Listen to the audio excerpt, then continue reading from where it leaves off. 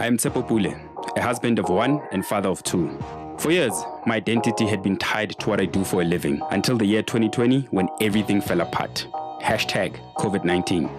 Almost 5 years ago, I became a father for the first time, and I thought I was ready. Looking down at my son's chubby cheeks, my heart filled with pure joy and trepidation, seeing my exhausted wife on the bed after a water birth, I vowed to be the best father ever. It turns out, I wasn't entirely ready to be the best father ever. I had not prepared accordingly for the different stages in my life, career, marriage, and parenting. I have since lost my job, and therefore have chosen to be fully focused on what's important to me. I'm doing right by my vow, and I'm hoping to foster a community of fathers that share similar values. Welcome to the Timers Playbook, a podcast series on fatherhood, proudly produced by 1730 Media. Welcome to another episode of the Timers Playbook. On today's show, I've got Vuyani Zwane, father of two boys, 14 and 11, married. Utawenzani kana for work? Why is that important? No, it's not important. But I'm always interested in what you guys do for a living. Let's call it, I'm an IT consultant. IT consultant. Yeah, what I put on the paper, I know is different, but it's yeah. I think you did put on IT consultant. Yes. That's true. Otherwise, how you doing, man? How's the family? How's everything? Family's good. Everybody's good. Family is great. I mean, the kids are doing well. They're growing up quite nicely. I always say to people, I can't complain when it comes to my family. I think I'm lucky enough, to be in an environment or have a family that is okay. Everybody's happy. There are no serious issues or anything like that. You know? So, no, everybody's good, man. No, good to hear that. Yeah. So you got two boys, no? Yes, I do. 14 and 11. 14 and 11. Mine are 5 and 3. Yeah. What do I have in store? What's coming? Well, the other day, we were driving back from holiday. And my son says, hey, I'm recording. I got a song and all this stuff. I'm like, oh, okay. Let's hear it, right? And we're in the car. So he sends me the song and we're listening to the song. I'm like, all right, cool, not bad. Trap-ish, but okay. We are rapper. You are rapper. Oh, wow. Okay. Yeah, and this is weird, right? This is the nerd of the family. Yeah. Then in the song, he drops an F-bomb. So I turned to look at his mom because I'm driving. I turned to look at his mom, and his mom is like shocked out of her mind. And with our parents, when you were listening to that kind of stuff, you got the beating, you got the immediate. You know what I mean? Yeah. But I was like, don't be that dad. These are the things that you wanted different when it comes to your kids. They should be able to express themselves. And I sat down with them and said, look, if you're using it as a form of expression because it's art, go for it. But you cannot just throw F-bombs because then now you're just swearing. Yeah. There's no art to that. So what's coming? It's those type of conversations. It's those type of unscripted stuff that nobody can prepare you for. Okay. That's coming down the line. And did he understand? Yeah, because it wasn't being a dad like us being a dad. Well, when I say us, I'm saying our fathers who would have come down hard on us and say, yo, you no longer listen to hip hop. My dad was like that. My dad was like, you are no longer listening to this hip hop thing because there's a whole lot of swear words. Yeah. So you remember we used to steal, time and listen to, that kind of stuff. But he understood and he got it. A little bit embarrassed, but as much as I tried to not make it embarrassing, but he was a little bit embarrassed as well. But he understood it. Yeah, so me, when it comes to swearing in hip-hop, I get the blame fully. You understand? Yeah. And I'm here trying to get these people cultured.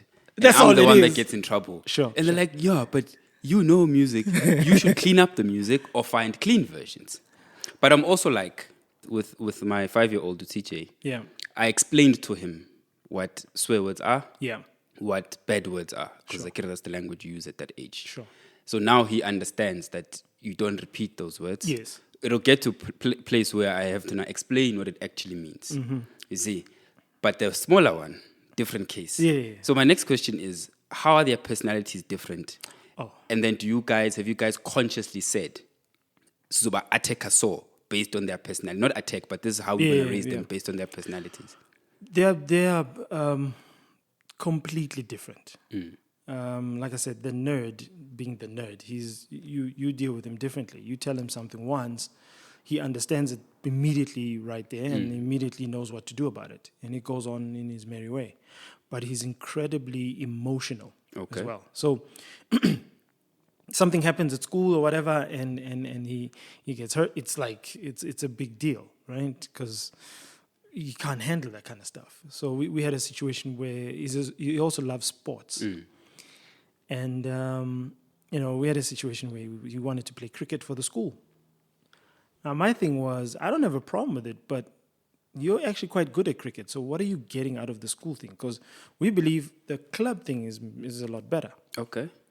So he plays club as well. So for him, it was like, no. I want this. And we're like, dude, you will get further with club than you will with school cricket.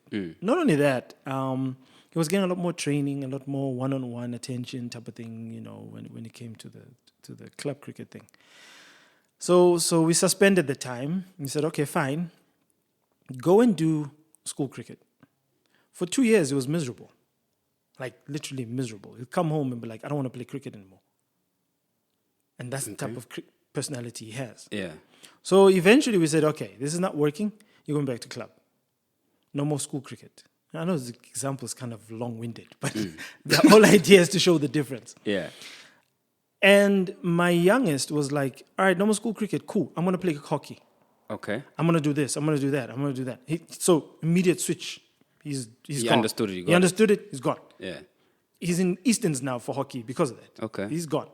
The oldest wallowed in it. No, but my friends. No, but I really want to go play. And took him time to get to the point where he's like, actually, I'm done with that now. So the personalities are way different. You have one that makes the decision quick, gets on it, life continues. Yeah, that's the younger one. That's the younger one. Yeah. Kind of reminds you of you, actually. Now that I think about it. And he's braver as well than his older brother. He's the kind of guy who's like, okay, you watch this and make sure that this does not happen. He's like, I'm on it, and he'll stay on it. The oldest, man, after 5 minutes, he's thinking other things. He's doing other things. He's like, dude, what happened? I thought we... What is that? Is that like an older sibling thing? Because I would describe it as, for me, the older one, TJ. Yeah. Definitely a lot more conscious, a lot more aware, very cautious about things. Yeah. Is also quite emotional about stuff. Yeah. So I don't know, is it the pressure that we put on them because the younger one is exactly like that, Lian. Touches him, what are we doing? Sam, where are we going? Sharp. Who's it with? No problem. I don't know. I never looked at it like that. Is it something that is common across the board? Because, I'm different with my brother. I'm the one who's like, oh, made a decision. Okay, done. Cool, let's go. And I'm the oldest. I don't know whether it's a common thing across all of them. It's just like you say, it's different personalities. And what we've learned is, to your second question, you've learned that you cannot parent them the same. Yeah. The one needs you spend time with and decide, okay, dude, this is what we're going to do, and here's the plan. He's structured like that. The oldest is structured like that. The youngest is, we're doing this, and he's gone. It's like, okay, cool. Decision made. There's no need to think about it. He's gone. So we decided that we're not going to parent them the same. Yeah. They're two different people. The other thing is that the youngest is more, it requires a lot more attention. And requires, a lot more patience as well. Because, with his schooling especially, he's the, let's take time, let's explain, where are you, how far, he takes a lot more time. And so even us moving him to a different school was because we could see that, okay, he's going to demand a different attention, from the teachers. So they're different schools now? No, the same school, but going from the old school to where he is now, it's just, it showed us that he needs that attention. Yeah. He needs a bit. But, two different characters altogether. And from a parenting, I'll say in loosely style, did you guys discuss this is, or is it evolving? This is how we want to raise our kids. This is, basically. there's Or a is it blue- just sayings and G? yeah. Let's see how this goes. Today, run with scissors. Let's see how that goes. Yeah, let's see. No. I think what we did was we always have a blueprint, right, of what you'd like your kids to be. What is that blueprint, by the way? Whew. You know, when you called you. me, I didn't think these questions would be this deep, man. I'm kidding. I think all you want, I mean, being a Christian, you want to be somebody who loves God and you know, sort of not necessarily deeply, Christian or whatever, but as long as you understand that there's a base from a Christianity point of view, Yeah. that he's got to have that. Okay. There's the respectability side of it as well. He's got to be able to respect any and everybody. It doesn't matter who it is. And I try and teach them that. To listen, just because we have a helper at home, you don't call her by name. She's not the maid. No, she's auntie. So there's that respectability as well. If there's people around, respect. There's a responsibility side of it as well. The difficult one, I think, for me right now is teaching the oldest how to be responsible for his brother, which is weird. Because, how we grew up is like, dude, you will look after your brother. Yeah. Wherever he is, you are there. It was drummed into you. You know what I mean? Yeah. But I think our kids these days are even more independent than we were. So he wants to do his own thing. But that's the blueprint. You want them to be, respectable, grow up, be educated, have a good enough job to enjoy your life. Whether that means you are doing a unconventional job, in other words, you're not in a 9-to-5 type of situation, that's cool. We actually, we don't mind. Our thing has always been to give them as much opportunity and options as possible. Yeah.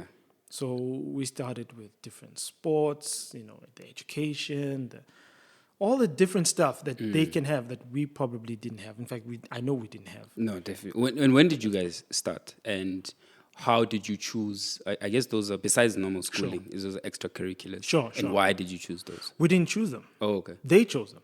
Well, they came, they said one cricket one day. Yeah. My son one day came and said, hey, I think it was a Thursday. He said, hey, on Saturday I've got a cricket match. How old was he then? I think it was like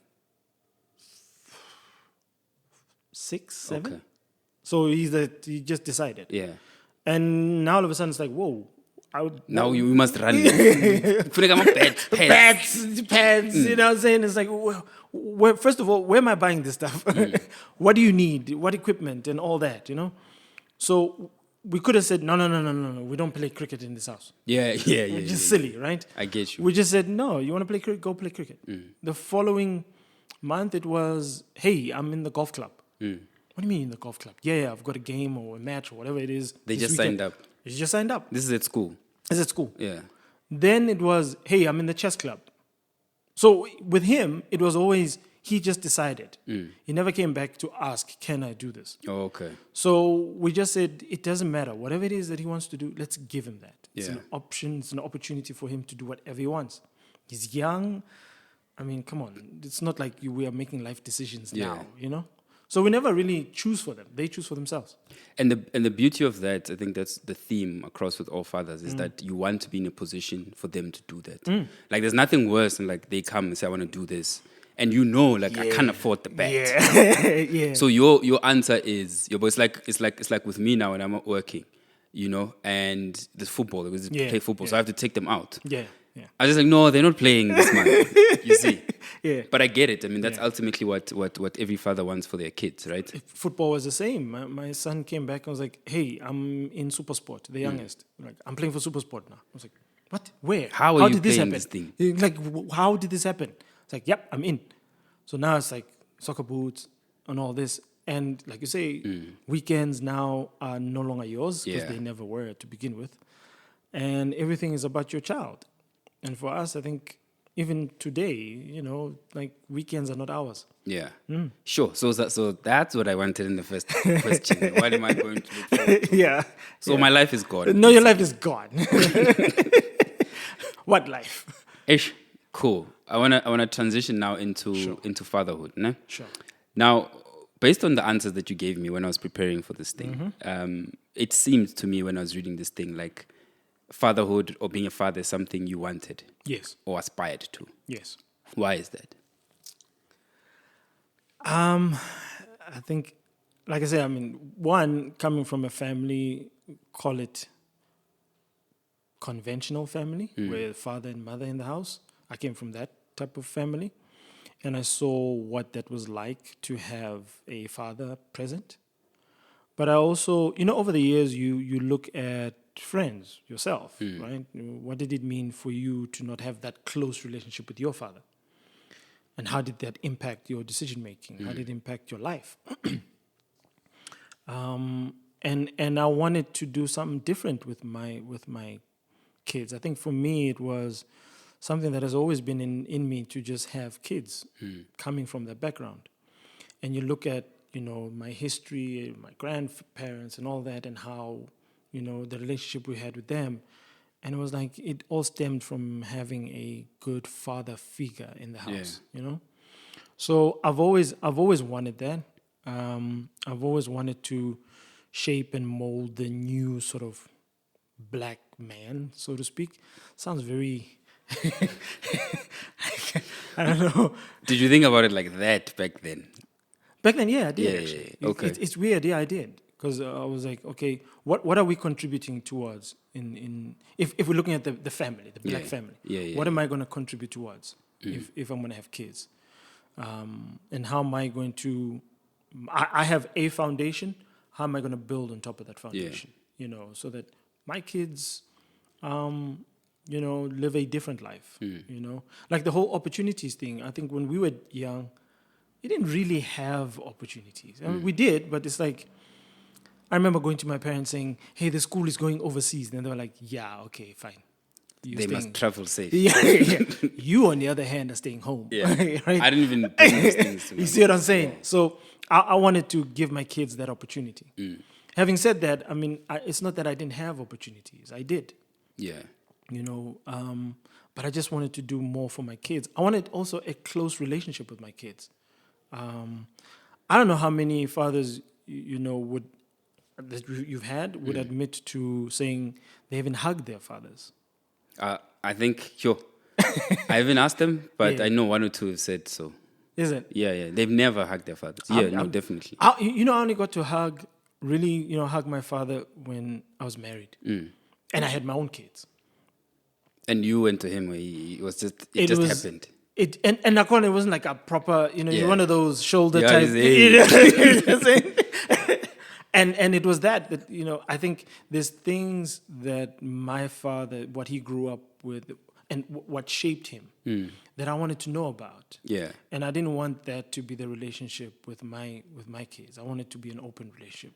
So I wanted, I hug my kids, I kiss my kids. Yeah, I know that's me, bro. You know what I mean? Yeah. And I'm like, when I do it, I'm like, I want to do it for as long as I can, and as long as they let me. But I think even when they're grown, now and then, I'm like, hey, Ozala. Dude, my 14-year-old, I still kiss him, but he's not. He's not there anymore, ne? No, but he doesn't push away. Oh, okay. Yeah, it's not like no. In fact, what's worse is he won't let his mother kiss him though. Oh. Yeah.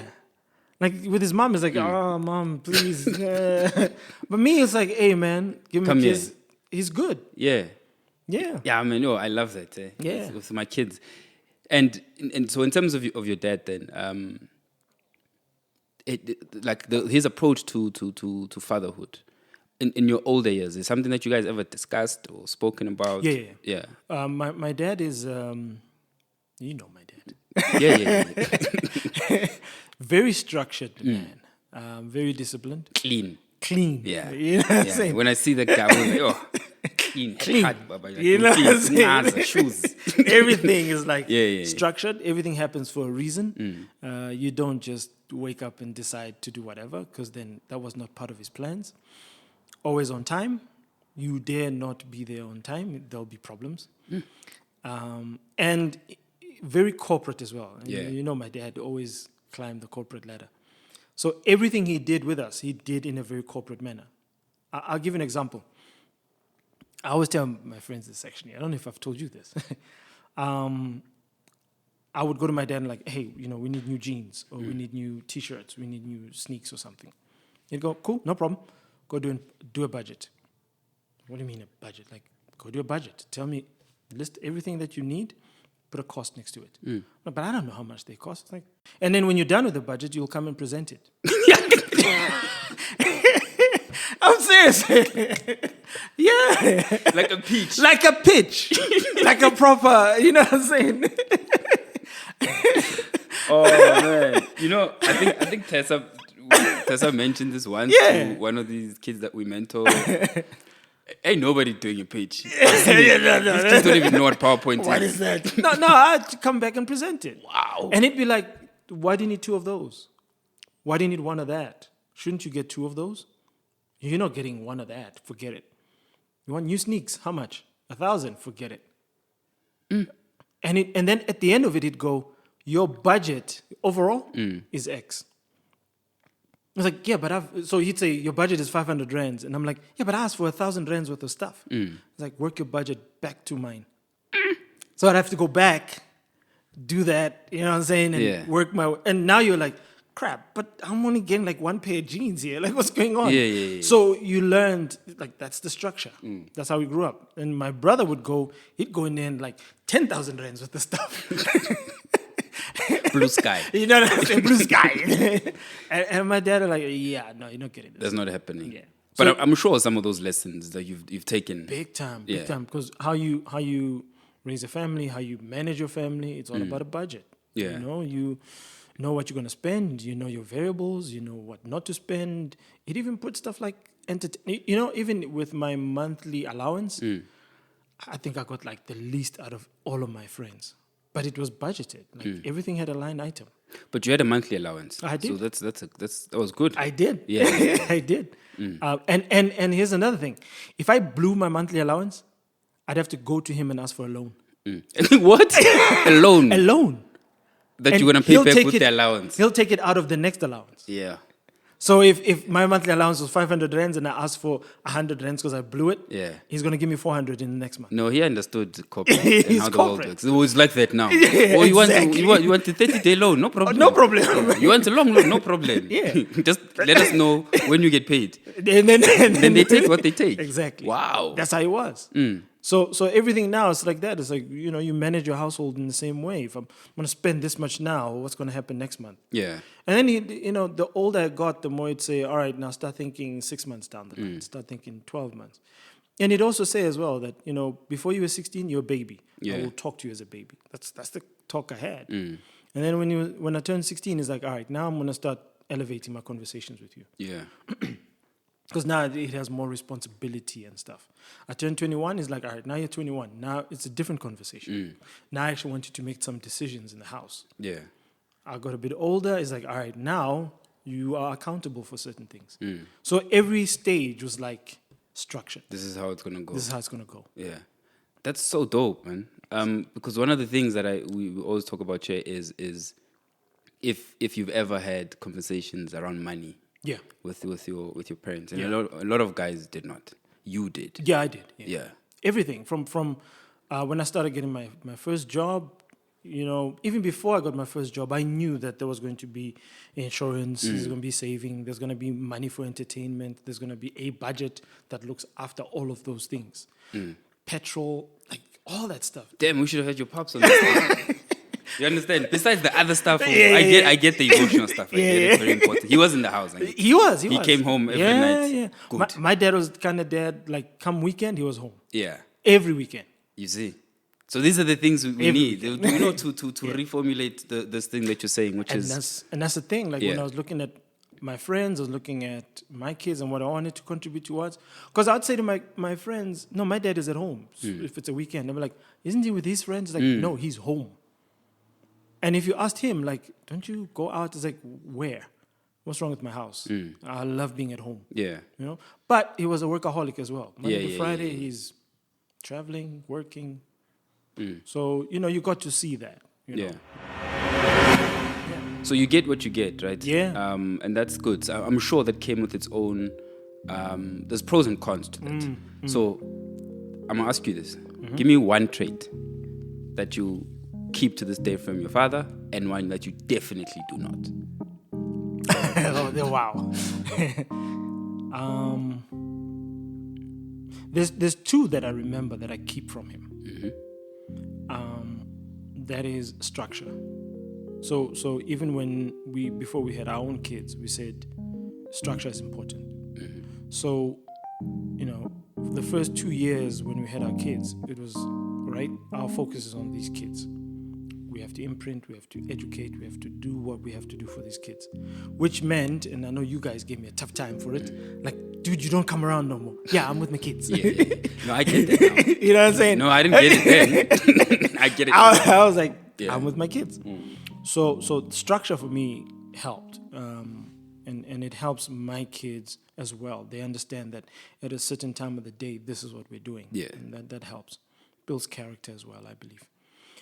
The second one that he told me as I got older was that you don't have answers for everything as a father. You think you do, but you don't. You do the best you can with the information in front of you. And he used to always say, as long as it's not life-threatening, it's okay. Okay. It's all good. You may have made the wrong decision. Is it life-threatening? No? Cool, no problem. We can build from that. Yeah. So those are the two. The one I don't keep, which is strange because it's going to be almost like a contradiction, is whilst structure is good, but just being, what's the word? Spontaneous. Spontaneous is also important. Is your wife the same? My wife is all about that. Structure also. She is structure, but she. So when we were dating, like I'd be there on time and like, dude, we're supposed to leave. So if we were leaving at like 1 o'clock or something during the day, I'd be there at like 12:30. That's how I was. Yeah. No, I get that. I get home, I get to her house, she's still cleaning, and I'm like, what the hell? I'm the same. Gone. Yeah. You know what I mean? Yeah. So I learned to just like, all right, mellow out. Chill. Because you need to survive. You need to survive. You know these people. You know what I'm saying? Yo. So Yeah. No, I've learned the same skill too. It's still hard. yeah. But yes. It's I learned that, you know what, I can be so pedantic about this thing, about being there on time and this and this and that. But it's gonna cause a lot of misery in the household. So pick your battle. Yeah. As long as there's some kind of discipline that you maintain, great. Yeah. But don't try and change them and make them something that they're not. Yeah. But I think that's what I like about the partnerships, particularly mine, right? Yeah. So we give that to each other. Yeah. So I'm the same as you. I really like structure. I work really well around it. Yeah. Even though funny, I'm a creative. Which is weird, right? 'Cause Which is weird. I'd like to believe that I am to an extent. Yeah, But actually we all are. Yeah. To in our own way. Yeah. But for example, I like the house to be clean, so I can work. Yeah. Type stuff. Yeah. My wife, I got with babies, can't she? She could just look at it and just the day will go. The house is like that. She'll get to it. Remember, your wife and I are friends. Yeah, so I know you're friends, right? I know. And she'll look at it. Yeah, And I'm like, how is it possible that you could? You can sit with this. Yeah. But she'll do it eventually, right? So we're different like that. I'm like, because I was taught, my mom, as soon as uvuga, you clean, you sort out the house first. But they grew up differently. Yes, And these are the things that you start to learn when you with a partner and whatnot. It's but even they also force us, they also force us to be like, I see there's a structure. Yeah. But there's also life. Yeah. It's happening now. Yeah, it's happening now. Sorry, Baba, it didn't work in the structure. Let's go. Let's go. Yeah. That's so true. And that's where you actually start to enjoy life. Yeah. Because like you said, you're looking at the inside of the structure and you're saying, but there's life happening as well. So does that mean you can't enjoy yourself? Because I for a very long time, even in my working life, I never enjoyed myself. I just worked. I thought I was enjoying myself, but I actually didn't. It was just structure. Wake up in the morning, I do this. Yeah. I go to work. I'm done at this time. I do this. Everything. It's just automatic. Automatic. Yeah. Whereas my wife was like, don't you go out? I go out for what? Stay happy. Stay happy. What's wrong with me sitting watching TV? Yeah. But like you said, that's how I grew up. My mother would say, immediately when you're done making your bread or whatever, clean up. Yeah, right there and there. Don't go sit down and eat. Clean up now. Yeah. My wife, she still leaves, babe. I didn't say this, okay? It's okay. They don't listen to this podcast. It's okay. but she still leaves stuff out. I'm like, but why? But you learn to say, all right, cool. Like you're saying, you know what I've learned this year? Yeah. A good line that you said, pick your battles. Pick your battles. So I'm like, is this one worth it? Yeah. Mangi pegi, Yeah. in the greater scheme of things. Okay, this one I'm leaving. Today it's on. I'm going in. Yeah. And I lose most of the time, but I went in. I've had my feelings. Sure. My dad would say, do you want to be right or do you want to be happy? You know, I used to fight this old thinking. I'll be honest with you. I used to be like, no, that doesn't make sense. Like, you guys are always saying this, that. Yes. Yo, now I'm seeing it now. Yeah. Yeah. Cool. So within the structure and everything, Sure. How you grew up, do you feel then that you adequately prepared, especially for the first kid? Yeah, I think so. Obviously, things happen. You're not. I'm not going to say we were 100%. I was 100% prepared. I think conceptually, I think emotionally, I think even as a responsibility thing, I definitely was. Because for me, I loved being with my son. Yeah. Like, I took him everywhere with me. When I was a kid, when I was like 8 months, 9 months old, I'd be with him. I'd drive him around and we'd go everywhere with my son. And even now, I just love being with my kids. So I think I was prepared. Obviously, there's things that happen. There's things that get thrown in your way, and you're like, okay, how do I deal with this? That's different. Yeah. But because of that upbringing, because of the structure thing, because of me wanting to be a different dad, I was prepared. Yeah. I think for me, like emotionally, I was ready. Yeah. And I think for guys, there just comes a time, Yeah. because I've said this before when someone asked me why did you decide to be a father? Sure. I'm like, I don't know. This thing is physiological also. It is. Like when the time's right. Yeah. But also as a guy, for me, Yeah. at that time, first kid, financially I was stable. Sure. Had a good job. Sure. Yonki into, I was in my 30s, which was always what I wanted anyways. So I was like, okay, I'm ready to have a kid. And when he came, the first one, just like you, I was like, I'm not going out. I'm good. I've done it. Like I'm here I said for the year, I'm not going anywhere. Yeah. And even now, like I don't do meetings in the evening because it's bath time. Unless it's absolutely necessary. Like, you know what I'm saying? If I don't see this person, they're going to fly out. The deal is gone. But, and then guys like, but why are you giving me times to do this? I'm like, dude, I know I have a limited time with these guys at this age, and I'm actually enjoying it. Like now that I'm like you were saying before, I was also in that framework at some point of just going to work, coming back. Yeah. But now I'm like here. I'm hearing what they're saying. I'm seeing how they're growing. I'm just enjoying it. It's fun, dude. Yeah. Because it's going to be gone soon. It will Everyone be. keeps saying that. And me, you don't need to tell me that heroin is bad. You're saying it, I'm hearing you. I'm hearing like my son now is in standard 6 or grade 8. That's high school, right? So I'm like, oh, man. And I hear that time, now the friends are taking over. Now that friends have taken over. Environment is taking Hell over. Yeah, friends have taken over. He's in his room most of the time. Really? Yeah. Well, so what does he say? Like 14-year-old, his disposition, what's happening? He's on his phone all the time, like we were. Yeah? He's playing games. And with them, it's online games. And okay, fine. We also had online games. But with them, it's like even worse, right? So he'll spend the whole day just playing games. He'll spend the whole day being on his phone with his friends. He doesn't say much. He'll only come downstairs and be like, hey, I've got this game tomorrow. Or, I need to do this. Can you buy me that? Can I have this? We have those type of talks now, and then it's gone. So this thing actually happens? No, it's real. It's real. And you guys were there. It's not like those things we see in the movies where the parents are absent. No. We were there. It's just the stage. It just happens. It doesn't help now that they're on the other side of the house as well. So that's so now physically there's distance also. Gone. Yes. So now I literally have to say, hey, let's go outside. Let's go outside and do this. Let's go and do that. Let's go to the movies. Let's do this. Like all of a sudden, I'm putting myself in my son's life. Yeah. Not the other way around. Because before because now that's what I see now. Like if we're not in the same room and I'm somewhere, they got come. Yeah. And they'll just sit there and play, but they just want to be around you. Yeah. So now they get to now they're teens. like, no, the teens is like they're gone. And they'll be gone and be quiet, doing whatever they're doing. Nothing bad, nothing. Yeah. But they just, like my youngest is on his iPad. He's like, games or whatever. He's watching videos. This Minecraft thing. Or He's on that the whole day. But he'll sit like in the kitchen somewhere. Yeah. Have his headphones on and be on it the whole time.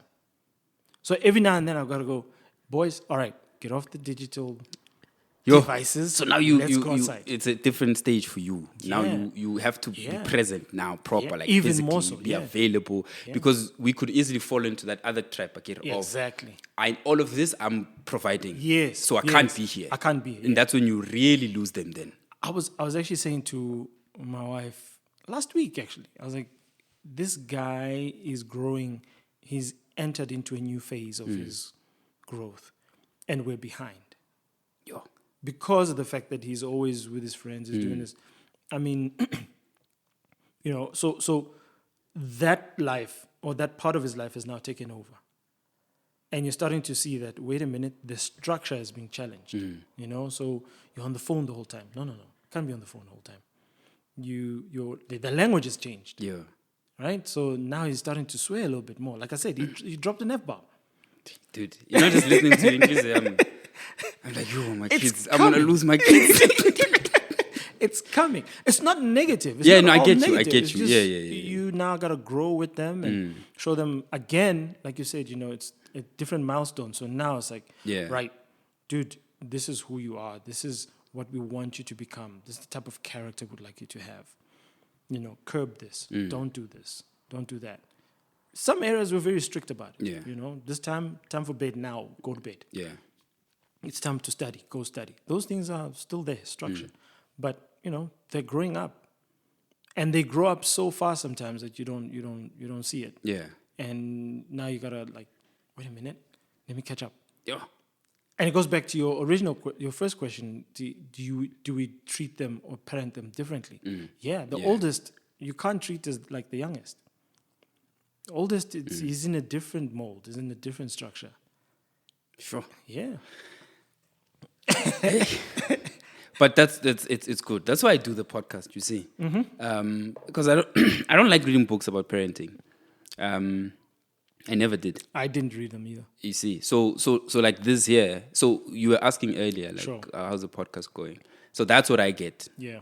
You see, so someone would say to me, I heard this about that. Oh, okay. So I recorded a guy 2 days ago. He's 47. They just adopted a 2-year-old. He has a 13-year-old. He's like, yo, dude, I had forgotten what it was like to raise a 5-year-old, 2-year-old until I heard the podcast, you see. So it's things like that. Like for me, like it imprints. Like, hey. So, because when they said to me, they kept saying between the ages of birth and about 7, 8. Yeah. Formative years. Yes. That's the way now. Whatever values you want to teach them, that's the phase. Yeah. It stuck with me. Yeah. Well, so I'm like, now I don't want to miss that in any shape or form. We can fight, I can misunderstand it, but I want to be there. One of the biggest life challenges is reserving time for yourself. That's what you wrote. Yes. So does it ever feel like there's too much pressure on you to provide? I don't know if it's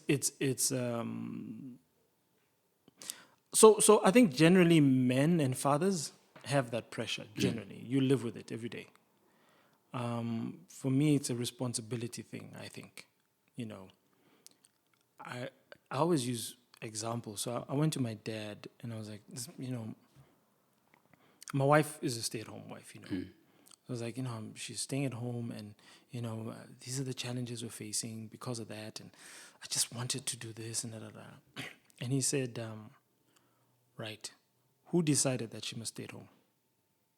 I said, well, we kind of did, but it was my idea. It's like, yeah, you put her there. Yeah.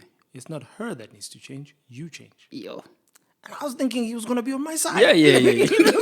I didn't even see this answer coming. I was like, come on. I was like, no. But what he was saying was, you have created that environment. You did. Yeah. Nobody else told you to do it. You did. So you take accountability for that environment. Be responsible for that environment.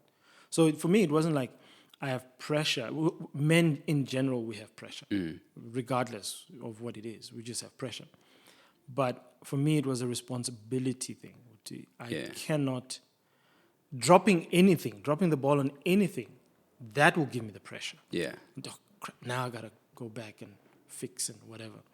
But I don't see it as pressure. It's responsibility for me. I'm responsible for them. Yeah. And isn't that where then, as they say, the rubber meets the road? Yeah.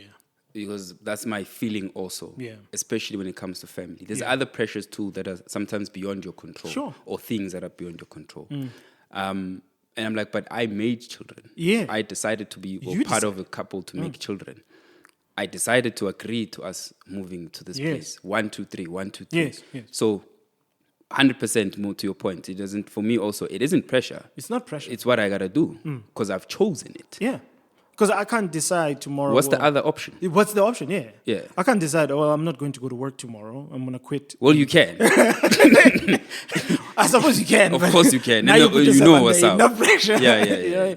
So you decided. It was your choice. Nobody else forced you to be in that situation. So you make it happen. So what's then your feeling then around the conversation that's been happening in the country and the world in regards to the pressures so-called men are facing in society, at home? I know it's a broad question, but I think it's that it's in preparation. It's probably around the manhood discussion. yeah. I think we've had to, as men, evolve over the years, decades, centuries, right? And you cannot, as a man, in my view anyway, in your manhood, be stuck in one place. So where you have this whole thing around men now all of a sudden having to be cautious or be aware at least of the changing dynamics between men and women, how you treat women, how you talk to them, whether it's in the workplace or otherwise. It's something that we as men have just got to wake up to. Yeah. I may not agree to some of those principles, but I've got to be alive to them because that's just the world. You've got to adapt to that. So as men, I believe, we should take a leadership role in that, in changing the narrative, in giving the opportunities, in being respectful of another human being, because that's what it is. The fact that people say, yeah, but now you're taking away my manhood and blah, blah, blah. Boo-hoo-hoo. Yeah. Seriously? True. Isn't that why you're a man? You're supposed to withstand all that stuff. Be a man, look after your people. Because you're responsible to a wider community as a man. You're not just, okay, my family. There's a broader community out there that needs to see you as a man, being an example of a man. Yeah. I remember growing up, there was this old man that used to come to my grandparents' house. He'd walk in and you could see that he's a solid man. He's a dude, solid, right? Spoke in Zulu, clear, pure. You know what I mean? Like this guy was just, you could tell, okay, Umzulu. Yeah. There's no messing around. But he turned around and he had a collar. He was a priest. And he could speak even, in a more, what's the word I'm looking for? Speak well. It's not the word I was looking for, but it is. Speak well about his Christianity, his religion, his principles. And he was a solid man. He just, said to me, it doesn't matter, where or whatever the situations are. You as a man have got to be able to adapt. Yeah. You as a man have got to show leadership, and it just taught me that, you can be a priest, whatever. At the end of the day, adapt to the circumstances. The world is changing. We have to change with it. And it's okay. To be a man, right? Yeah. It's okay to have the traits that you have. Exactly. Yeah. Because without them, you don't have the traits and the need to protect, to look after your broader society. Yeah. Well, there's a problem. There's a huge problem. And that's the thing that I think society then needs to help sort of understand that, we may come across being that way, like you're saying, with those traits, but there's a conversation that needs to happen. Not I'm going to cancel you or I'm going to fire you because of whatever it's called. You know what I mean? Yeah. Let's have a conversation because this man could go through a transition where he becomes something better than Well, also the transition of it and the evolution of us, like you're saying, is the who we are as men or as people generally, and those things that are deemed as toxic. Sure. Over time, like you're saying, I learned certain things. Yes. I then adapt to it. Yes. But it doesn't mean I forego that thing. Yeah, exactly. Right? Yeah. What it means is just because I'm a man, I don't have certain rights or privileges, let's say, towards my woman or whatever. Yeah. But I still want to protect her. I still want to protect her, yes. You understand? Yes. Because physiologically, that's what I'm about. And physically, I'm stronger. So what do you see what I'm saying? Exactly. It's now you're using your powers correctly. Correctly. As opposed to before, where it's just like... taking advantage of something else or someone else. But also the nice thing about the example you made with the priest is that you can be strong, you can be sturdy. Yes. But you can also be emotional. It can be emotional. You can express yourself. Yeah. All these things are okay. All of them, yeah. Yeah. And I think that's what men, I think, we need to evolve towards. That you can have the whole physical traits, emotional traits, everything that says you are a man. You can have all of those things. But how do you use them for the right purpose? For the good of the community. That's what it's about, I think. Yeah. You know? That's dope. Beautifully said. Cool. So now we're going to get to legacy. Oh, God. Tips, tricks, and tools that you've learned over time. I'll remind you. Yeah, please remind me. I'll start with the first one. Yeah. Patience. Oh, yeah. You gotta have patience. You do. I cannot overstress the patience. Yeah. Because it's patience, if you're married out there, it's patience with your wife. Because, there's a certain, at least for me, there's a certain type of livelihood that I want for my family. There's a certain type of family structure I want for my family. So my wife may not be there ready yet, right? So you got to have the patience to guide and lead them through that. Okay. I'm different in terms of personality with my wife. So what hits her the hardest will not do anything to me. But she wants the time to spend time and just deal with that emotion. Me, I'm like, yeah, it's done, right? Let's move on. And then I come back, I'm like, why are you still... I have to have the patience to understand that, she's going to go through this and in her way, and I've got to give her that room. Same thing with your kids. My second born is different, like I said, to my oldest. So he's from a developmental point of view, he's slower to my firstborn. So he's got a different set of rules, a different set of way to raise him that requires and demands patience. So he's the type who will, especially during the lockdown, he would just not do well with the whole Zoom education thing. Yeah. It just didn't work for him. So he just take the headphones off and start crying. Now, this is during class time. Yeah. I'm working, right? So I got to drop what I'm doing.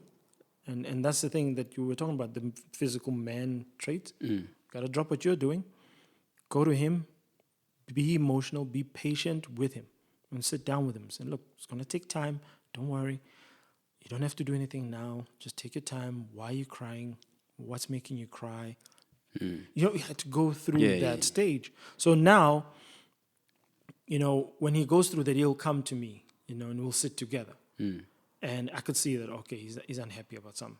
But at least now I know where that comes from. I know why he's going through that. So patience is going to be key, bro. Yeah. For everything. 1,000. So this one you've answered already. You don't have all the answers. No, you don't. Do you tell your kids this? Do you say to them, hey, Chief, Yeah. There's certain things, especially the oldest will ask me something, and I'm like, dude, I don't know. Yeah. I like that. No, me, I've started now. Yeah. I'm like, get it in your head. Yeah, I don't know. Don't know. They like planets. Yes. Like, I don't know. Ask your mother. She's very good with that. Yeah. I don't know.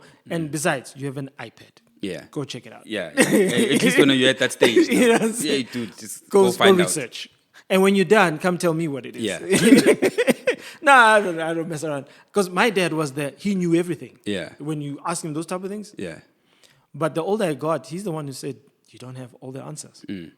So, it's kind of weird in that way. But yeah, I tell my kids, Yeah. don't have the answers. Yeah. No, I've started that also. Yeah. And there's no one size fits all. Now, is this more like how you approach the kids? Yeah, that's Yeah. how you approach with the kids. What you do for the one child, you're definitely not gonna do for the next for the other child. Forget it. So I want to ask you this question quick. Actually, I wanted to ask you earlier when you were saying it. In terms of when you decided the sports thing. Yeah. So like one size fits all, doesn't fit all. So the one kid he wanted cricket, Yeah. but not at school. Yeah.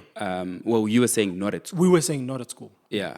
And is it the club thing? Is it something that you guys had taken them both there? Yes. Or were you like, no, but this one in this environment does better? Yeah. So we had taken them from young playing club cricket. Remember weekends we were like, Yeah, guys, let's yeah, hook up. Like, yeah, we got cricket. So we saw the difference and the development in that entire process. We saw it. You could see that they're developing a lot faster in club than they are in school. Yeah. The other thing about the school thing was, and it caused a lot of tension in my household actually. The school was saying, we want him to play because there's a tournament. Yeah.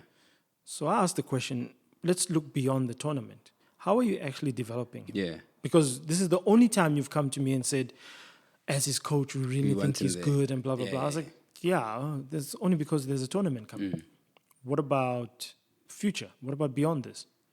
And the coach couldn't give me an answer. I was like, it's for that reason that he's not playing for you. And what about him as a person, nonetheless? What about him as a person? Beyond the cricket field. Yeah. How are you developing this guy?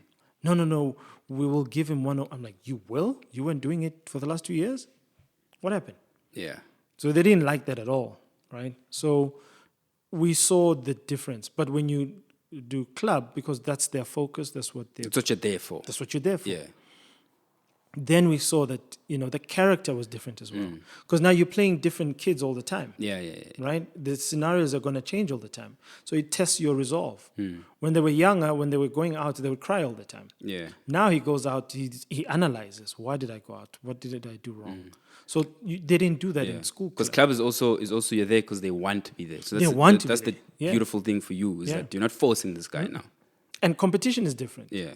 Today you play a SWAC team, tomorrow like they're on your backside. You know what I mean? And sometimes they say they're under 14, but exactly. they're not. They're not, yeah. He's been through that as well. Yeah. Both of them. Yeah, been through that. No, I know club things. Yeah. Yeah. Like they'll come back and like those kids were not 14. Yeah. Those were 18-year-olds. Who's checking? Exactly. Right? Yeah. Okay, cool. And the last one, structure is important. Structure is now, important. You've mentioned this, so you don't have to repeat, but I want to know from them. Yeah. Have they picked up this, that it's important, and are they driving it? Or is it still you? Them being kids, I don't think they have.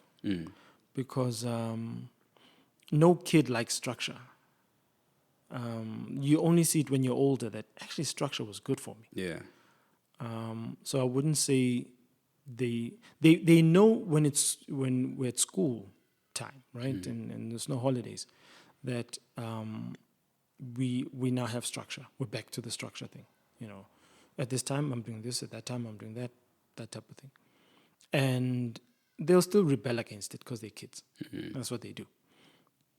But they can sort of pick up with, okay, now holidays we're on holidays, we can do whatever we want. And there we just let them have whatever time they want, play games, do whatever. It's holidays, So I don't think that to an extent they are the ones that are driving it yet. Yeah, not I yet. don't think so. Yeah. Okay. Time will come, I suppose. Time will come. So that's it, bro. There was one question I didn't answer though. Which was? The religion, spiritual. Oh. I didn't put it here. But what did you want to say about that? No, it was, in fact, I think, so I looked at the question and I was like, what is your definition? Oh, you mean, sorry, when I was doing the prep. Yeah. You left it blank. I left it blank, Yeah.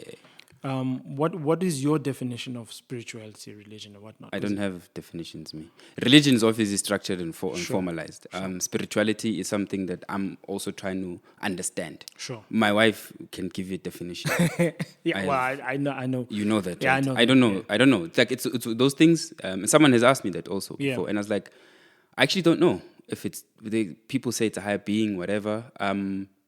I'm only learning in these past few years to listen to myself, to meditate, to pray. So I am getting there, but I don't have a definition for it. And that's what I thought it may be about. So, and I remember this pivot point happening. As growing up, hearing on the radio, media, and all that, people saying, "No, I'm more spiritual than religious." And I used to always ask myself, like, what do you mean by that? Like, do you really know what you're saying? Because I don't think people actually understand what they're saying. So do you have a definition for it then? Because I suppose you can. If you can be religious, if you're religious, it's spiritual, right? Because they can be mutually exclusive, but they are enablers, in my view. So actually, I think for me, the definition is it's used in the wrong context. Okay. So spirituality, that word is used in the wrong context. So what's the right context? The right context, now you're making me sound like the professionals. No, it's your view. It's your view. Yeah, it is my view. Yeah. What people so the pivot point, first of all, was people were saying, if you are Anglican or denominational, well, how can you be, because the Roman Catholics did this and da.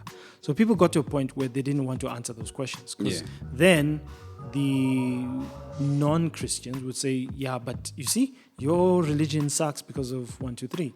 Then people started saying, well, I'm no longer religious, I'm spiritual. Yeah. Which to me was a cop-out. Because spirituality in the Bible is not about that. Spirituality in the Bible, in fact, it's in the Bible it talks about carnality and spirituality. So carnality is who you are, the 5 senses. The spirituality is thinking beyond that. It's being led by the Word. It's being led by the Spirit of God, not necessarily how you feel in the day and whatever. So it's something greater than self. It's something greater than yourself. Yeah. Right. So in context, it has, to your point, to you it may be, I'm probably gonna meditate more, I'm gonna pray more, I'm gonna, do all those things. But the religion helps to structure it. Because sometimes you pray, you don't understand why you pray. Yeah. Sometimes you pray in tongues and you don't understand why you're doing that. That's spiritual. So the religion will explain to you why you need this. Yeah. That's why I said they can be exclusive, but they actually enable each other. They work with each other. Thank you so much, man. I love it. I appreciate everything. It's been a great conversation. It has. Yeah. It has. Cool. I'm feeling bad now. I'm like, man, I want to talk some more. Yeah, I know. That's what everybody does. That's how we get you. So we leave a little bit for next time. Cool stuff. Cool, man. Appreciate All right, it. man. Thanks. Awesome, man. Thank you so much for streaming as well. Check us out on social media platforms at The Timers Playbook.